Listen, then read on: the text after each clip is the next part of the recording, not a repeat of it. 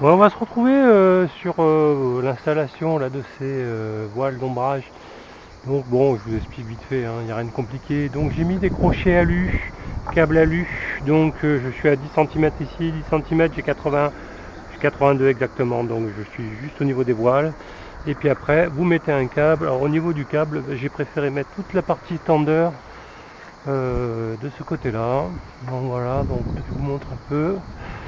Alors, il vous faut du câble, ces crochets inox, enfin ces œils, et puis après, je sais plus comment ça s'appelle, un œil de un cœur là, un tendeur alu, et des serre-câbles avec un peu de scotch pour bien que je les ai pris peut-être un peu trop grands, donc voilà, avec du scotch ça sert bien, et puis vous serrez, et puis vous coupez à la bonne longueur après là. Donc ça vous fait des rectangles, enfin, qui doit être homogène entre aux solives. Voilà, 10 cm de débord, c'est pas mal. Et puis je vais continuer, vous voyez, je vais mettre les crochets, les tendeurs. Il me manque les petits croches pour serrer les câbles. J'en ai recommandé d'autres. Parce que j'en mets deux par attache pour être sûr. J'ai déjà fait les 3 premières travées et puis je continue. Ça fait longtemps qu'on n'a pas fait un petit tour dans le potager. Donc vous voyez le résultat, après pousse. Donc j'ai quelques tomates qui sortent quand même, pas mal de fleurs. Et en fait, c'est surtout pour vous parler un peu du retour de ces Zoya. Eh bien, écoutez, ça marche nickel. Nickel, nickel. Donc, je valide 100%. Les bons en pleine chaleur. En ce moment, il fait 35 facile. Je les remplis à peu près tous les 3 jours. Et ça me consomme, vous voyez, pour mes 14 Zoya, 40 litres, 42 litres d'eau. Donc, eh bien, c'est pas mal. Je pense que c'est des très grosses économies en eau. Voilà, c'était un petit retour, vous voyez, les petites tomates, là, les cœurs de. C'est les romas, là, les cœurs de bœuf, noirs de Crimée, des noirs russes, enfin, voilà. Ça arrive petit à petit. Eh bien, c'est le temps d'ouvrir un peu le carton d'onduleur. On va voir ce qui se passe. Moi, je sais pas si je vais faire un unboxing, c'est le Expert. 8 kg, donc 120 ampères jusqu'en décharge. Il y a le modèle 7.2 et qui fait jusqu'à 80 ampères de charge et décharge. Et ça, c'est le modèle 8 kg, donc chez Solar, je sais plus, en Italie. Très bon service. On verra après en SAV, c'est une histoire pour profiter de 2 ans de SAV. Donc, voilà la bête. Et je vais juste le positionner dans le placard, histoire de, et puis est-ce que je vous fais un unboxing ou non, mais voilà la bête déballée. Bon, un unboxing vite fait. Couleur orange, j'aime bien. Floqué avec Solar Power 24 en Italie. Ouais, ça va, moi j'aime bien l'orange. De toute façon, il sera dans un placard. Alors, qu'est-ce qu'on va trouver? Les 2 strings de MPPT avec leur connecteur MC4. La possibilité d'attacher un écran ici, peut-être le détacher. De toute façon, il se détache aussi. Vous avez un micro USB ici. Ça, je sais pas. Enfin bon, il y a le kit RJ45 pour le connecter à un deuxième onduleur en parallèle. Voilà, et sur les piles Longtech, bouton d'alimentation générale. Et puis il faut enlever ça pour accéder un peu à d'autres borniers, notamment sur la batterie, etc. etc. Nu, il pèse quand même 18 kg. Et qu'est-ce que vous avez également? Et les ventilos, alors je sais plus. Alors ça doit extraire de l'air et plutôt souffler. Alors ça peut paraître bizarre, c'est surtout pour éviter une certaine oxydation des composants. Donc l'extraction doit se faire plutôt par là, si je dis pas de bêtises, et souffler par là ou inversement. En tout cas, ce que je sais d'après les forums, c'est qu'au niveau de nuisance sonore, quand il commence à bien mouliner, ça peut monter à 60-70 décibels. Donc là, en mode principal, je vais voir si je peux pas changer les ventilos. Ce sont des 12 volts, donc ça c'est work in progress pour essayer de diminuer l'impact du bruit. Alors après, au niveau, qu'est-ce que vous recevez? Du câble, DB9 RJ45, ça c'est câble de mise en parallèle, je crois, avec celui-ci, ou l'inverse, je ne sais plus lequel des deux. Donc ça c'est 2 câbles, c'est pour la mise en parallèle de plusieurs experts. CD-ROM, connecteur MC4 et documentation. Des gros borniers presse et tout, ça doit être pour les batteries. Et enfin, ça c'est pour un câble de connexion Pilontech. Voilà, les batteries LiFePO4 à la mode. Côté attache, on a 2 ici. Je vais prendre l'Anthrax et commencer à mettre des chevilles mollies au mur. Et ici, pour accéder aux deux autres vis d'attache, je pense qu'il faut que j'ouvre le bornier. Donc je ne sais pas comment je vais faire. Mais il doit y avoir un truc pour ouvrir ça. Remove this label before install cable. D'accord, donc il faut enlever ça.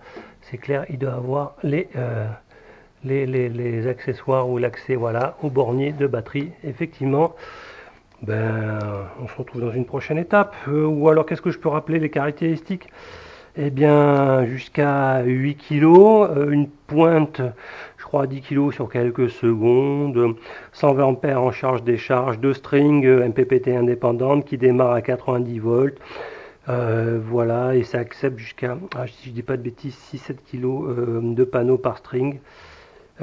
Pardon, en termes de tension à vide, c'est du 450 ou 500 volts par string, voilà, et puis bon, je rappellerai peut-être d'autres caractéristiques. Donc j'ai vraiment hésité avec le Sofar, mais non, je regrette pas mon choix au niveau du prix, etc. Même si celui-ci fait du bruit, j'espère pouvoir le tuner pour qu'il diminue un peu son bruit. Alors, pour accéder aux deux vis du bas, il faut démonter une partie du couvercle. Donc vous avez 5 petites vis là, donc les plus en bas là, à démonter, et puis on peut voir les borniers, les ventilateurs ici, donc il y en a 3. Je ne sais pas si vous allez voir la référence exacte. Et puis bon, vous avez, ouais, quand même, vous avez les petites ferrites pour découpler un peu tout ça. Bon, c'est un peu chiant quand même pour accéder à ces deux vis.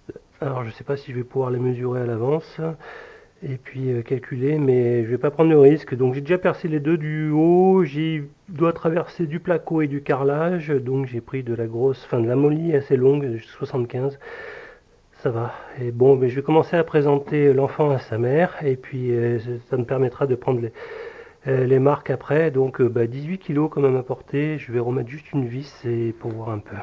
Bon, eh bien, l'onduleur est en place. Alors, côté fixation, c'est un peu la merde quand même, parce que...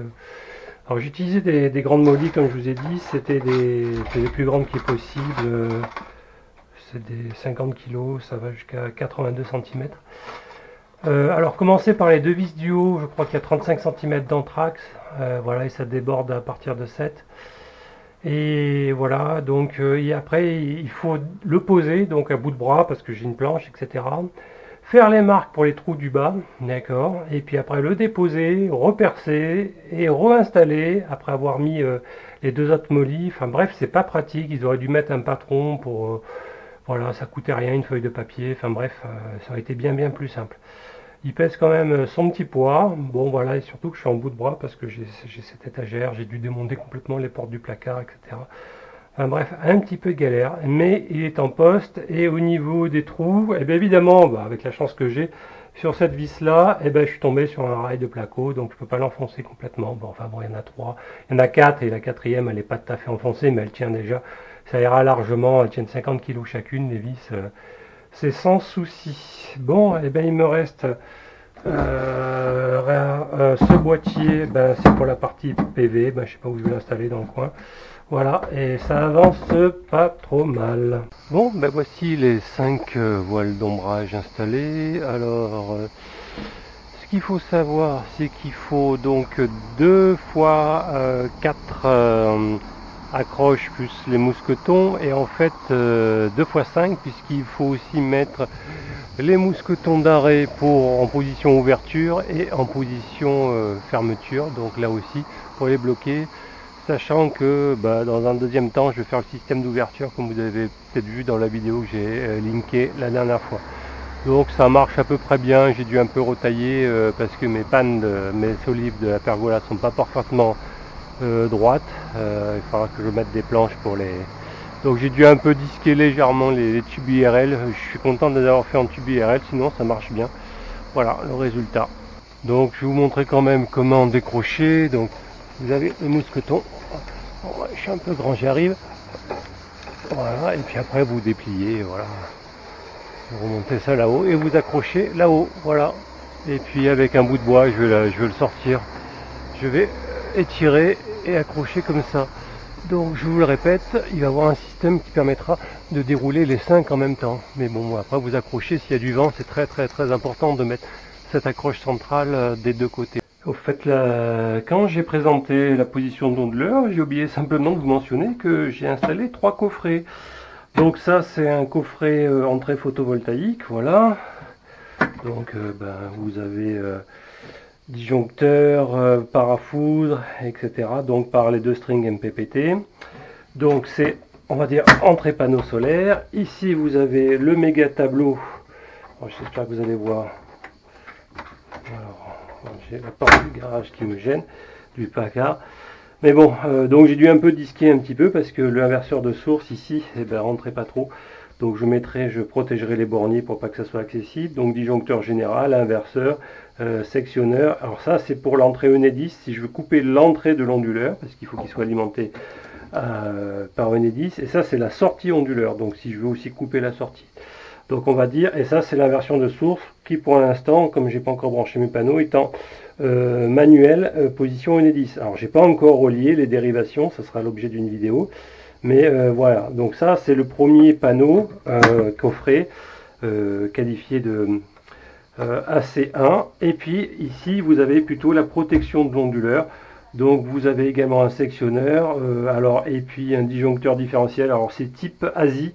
Donc c'est vraiment adapté pour, on va dire, l'électronique, etc. Et puis un parafoudre au cas où, par Enedis, il y a la foudre qui arrive, qui grillerait le disjoncteur, enfin l'onduleur, donc c'est archi protection. Donc il vous faut un minimum 3 coffrets, et puis quand il y aura la batterie, il va y avoir aussi le sectionneur général, le fusible, etc. qui sera par là. Voilà. Donc il arrivera pas en dessous, puisque la batterie sera en dessous de cette planche-là. Bon, il faut que je range tout, nettoie tout, mais maintenant il me reste à les pré-câbler encore, les relier les coffrets entre eux, voilà, et puis une fois que ça sera tout câblé, je vais tirer les 2 gaines qui me manquent, une de 32 où je fasse ma boucle en aller-retour de l'inverseur, enfin du tableau vers l'inverseur et du retour de l'inverseur vers l'entrée de mon tableau. Et puis une gaine aussi, ça sera pour le routeur solaire, ça sera pour attaquer le cumulus, et j'aurai fini un peu tout le tableau et je pourrais commencer à reboucher tout ça et puis rajouter de l'isolant. Tiens, d'ailleurs j'ai vu qu'en démontant, vous voyez, regardez, il y avait un petit bout qui n'avait pas été isolé. J'ai de l'isolant là, j'ai de l'isolant à droite, mais il y a 3 cm d'épaisseur où il n'y a pas d'isolant. J'essaierai de reboucher au moment de rajouter de l'isolant au moment de reboucher. Allez, ça sera fini pour ce en vrac.